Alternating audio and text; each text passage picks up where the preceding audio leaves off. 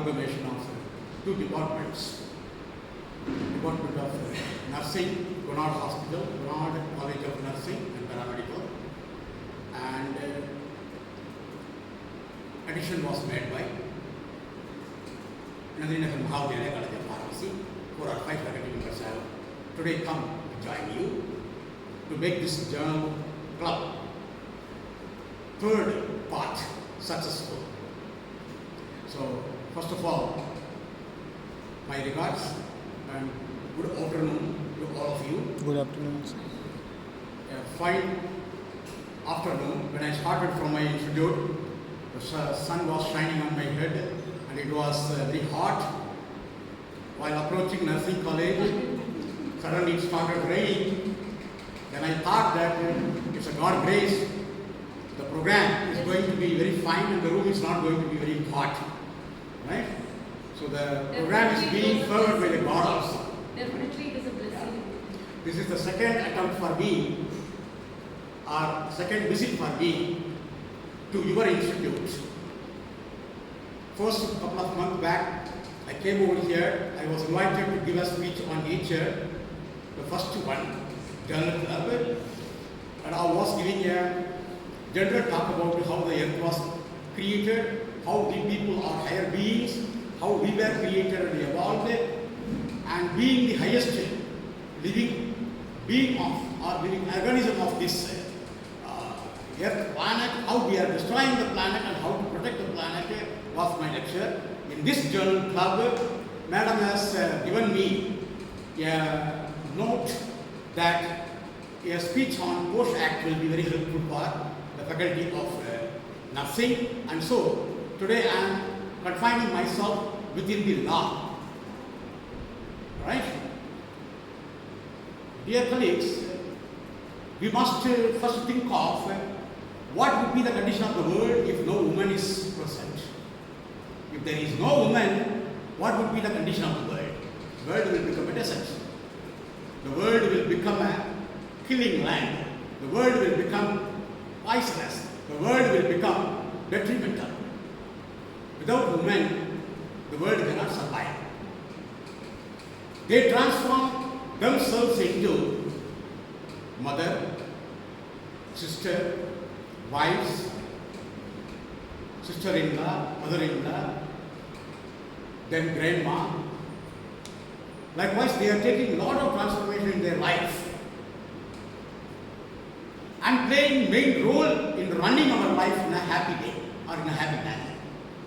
So without them, no men and no women are created, or no living being are created. If we are not, the planet will be highly ruled by the other lower being.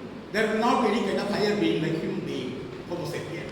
So women are beautiful creatures created by God to create, protect, and save the world. Right?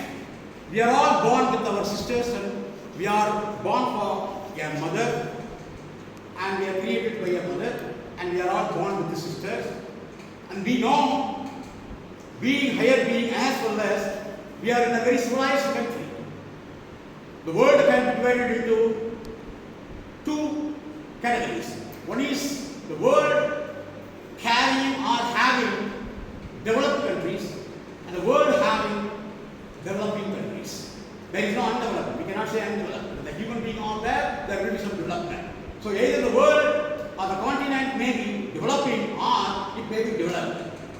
Japan, USA, England, and Australia, they are all coming under developed countries. Arabic countries and Asia subcontinent such as India, Sri Lanka, Nepal, Bangladesh, and especially North Korea and Africa. All these continents or lands are coming under developing countries. What is the situation, real situation of the developing countries and developing countries as far as sex is concerned? There are two sexes. One is male and female, and no law is giving importance to intersexuality. There is a third sex in the world. They are between male and female. they will have both genes, and so they are called as intersexual people or intersexuality. The intersexuality is not given anywhere a special attention, such as land of law or a separate law for intersexuality. In especially developing countries, we have law only for male and female. Most of the laws are applicable for male and female, right? And our developing country, our country is the largest democracy. You know what is the meaning of democracy? Largest republic democracy in the world, and is having the longest constitution. What is the constitution? The supreme law book created by Parliament in the year 1949 under the chairmanship of Dr. B.R.B. The law book is having a length of 290 pages containing 150,000 words, which are all the governing mechanism of this country. It starts from what a normal human should do, and what a society should do, and what an area should do, and what a state, and what the interstate, and what the whole country should do. So, starting from one man up to the central government of India, how they have to proceed, their mechanisms, their working style, and their living style, and what are all their responsibilities, and what are all the limitations, are all recorded in the supreme law book of India called as Indian Constitution. This has a preamble. The preamble is saying that we all, since Indians, have solemnly resolved this country as, recognized this country as a republic, democratic and republic India. The sense every individual citizen has power to create or to elect or nominate a lawmaker, and all the lawmakers will create a person who is the supreme lawmaker, and then the state government and central government will function. And without us, without our vote and franchise, they cannot be created, they cannot rule the country. And so, ultimate lawmakers are we, the people of India.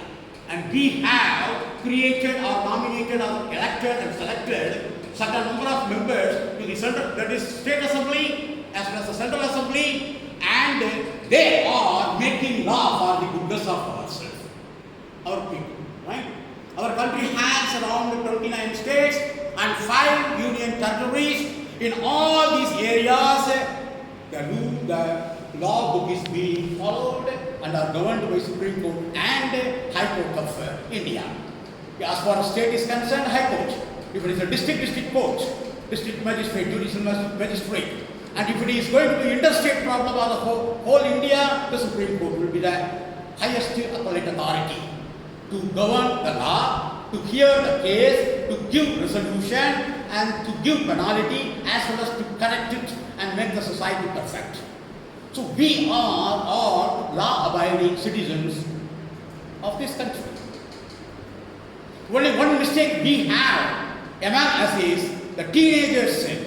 When the male children are coming to puberty age of 14, 15, 16, 17, in that age they will become mature.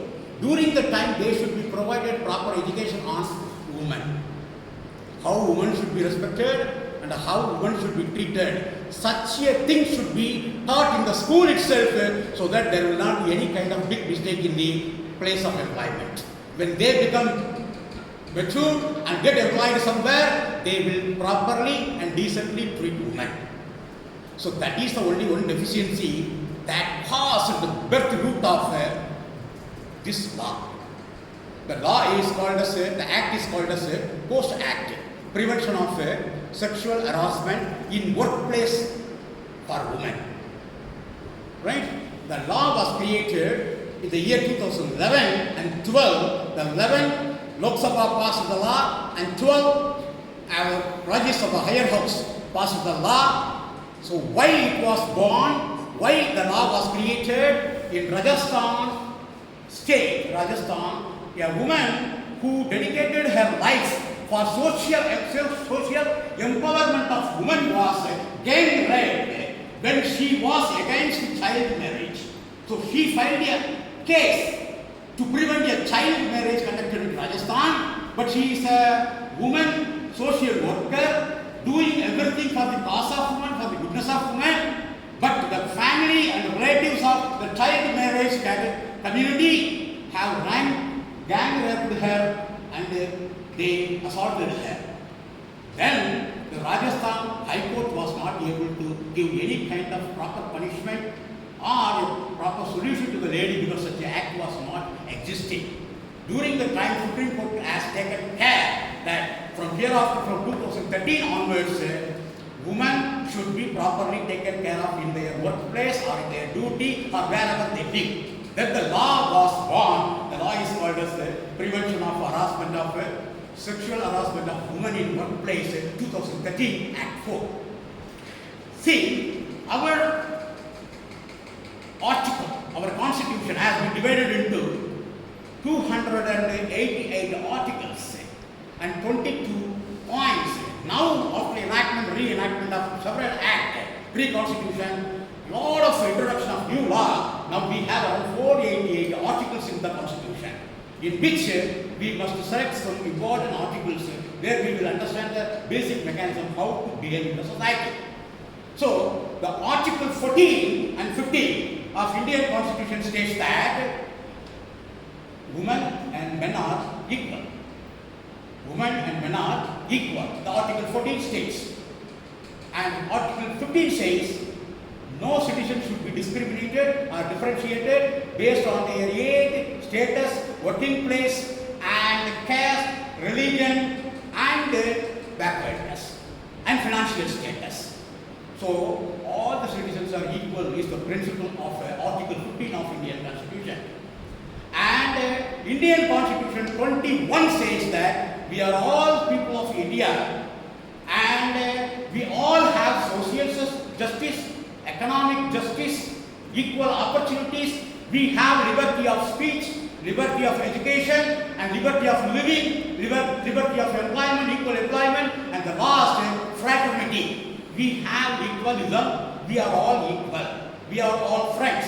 We are all belonging to certain things. Certain things in certain domain in which we are all having same life.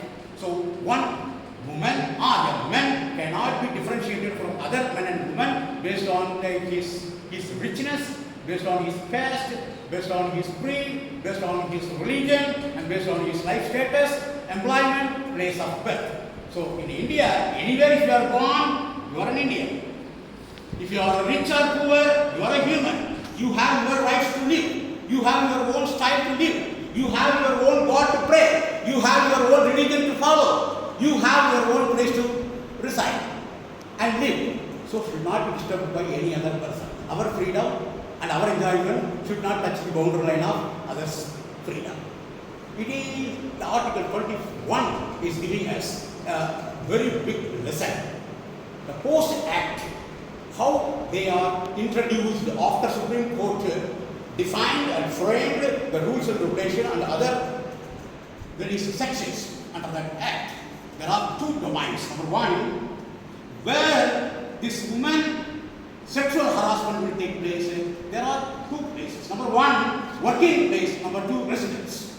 One is working place and the other one is residence. In between the working place and residence, there are several things on that. It may be an educational institute, it may be a private institute, education institute, it may be a government education institute, it may be a nursing home, it may be a hospital, it may be a nursing college, it may be a pharmacy college, it may be an arts college, and it may be a transportation, employment in transportation, or it may be a kind of work made like work in house. A lady may be working as a housemaid. So these are all the important domain where the female are having or they are prone to be tortured by men. But I cannot confine myself being a male that only the male are torturing the female. Sometimes female may also torture the female. So things to be noted. And what kind of two mechanisms introduced by or compiled by or advised by the Supreme Court of India? In working place there must be a compliant committee, and in the district level there must be a compliant committee. Whether the district level of Gonard has created the committee, I don't know, but I really appreciate Margaret Lada madam.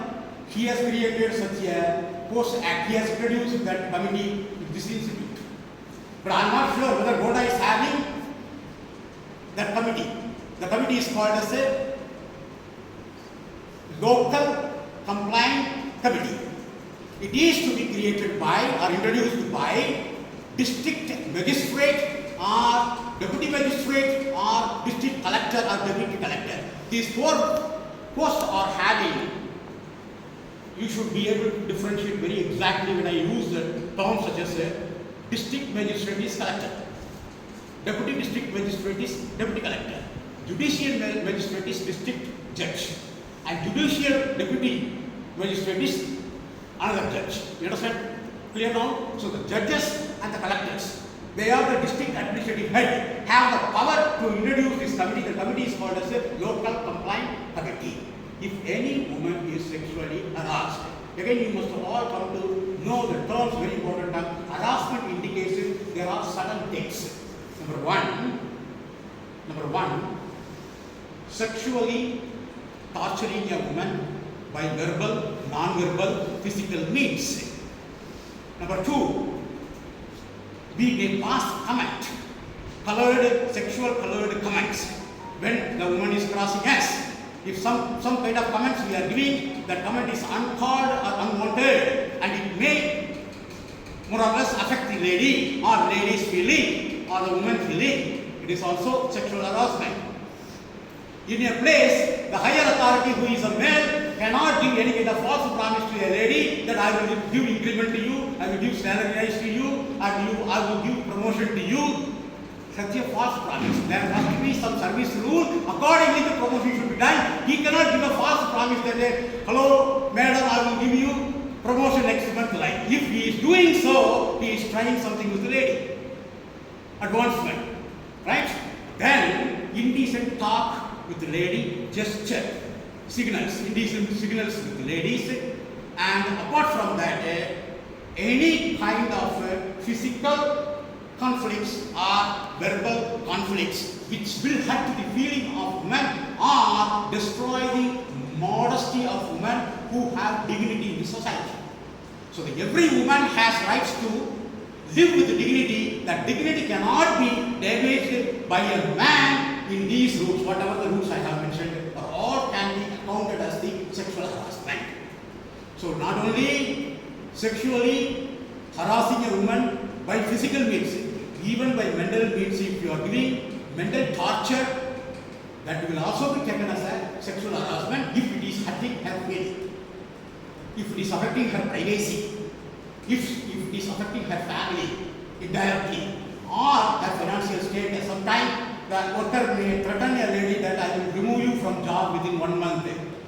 Thereby he can go for sexual favor, or he may give false promise of promotion. He may give some kind of false promise to the lady and thereby advancing sexually, approaching sexually. These are all coming under sexual harassment. Right? So what are the solutions? How to rectify that? At the district level, local compliance committee convened by or introduced by or announced by district officer. The district officers are 4 persons, not less than the rank of collector and judicial magistrate and their deputies. And they have to select from each ward, municipality and urban area and panchayat 1 person who will be called as nodal officer. The nodal officer will nominate 1 experienced woman worker from that particular area, and she will be the chairman of that particular committee. Everybody cannot act as a chairman, everybody cannot convene constitute this kind of committee.